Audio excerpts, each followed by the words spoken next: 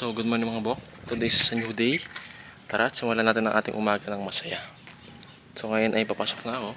Sa mga oras nga na ibong pa lang yan ay kakarating ko lamang sa Gloria para maghintay ng sasakyan. Dahil nga din po ngayon ay Lunes, kaya siguradong ang mga sasakyan ay puno, kaya kailangan nating agahan nang sa ganun naman meron tayong maupuan. Habang naglalakad nga po ako, nakita ko to si Tom Marlon. Shout out sa iyo, paring Marlon. Sa mga oras nga po pa lang yan, ako naghihintay ng sasakyan, buti nga nila lamang po at meron agad dumaan.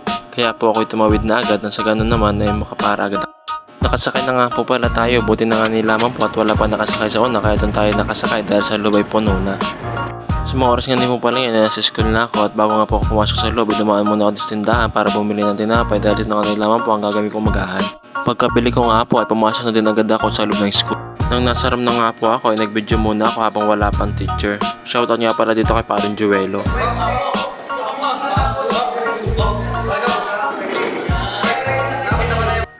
Sa mga oras nga po pala yan ay nag-discuss na ang aming prof about sa evidence.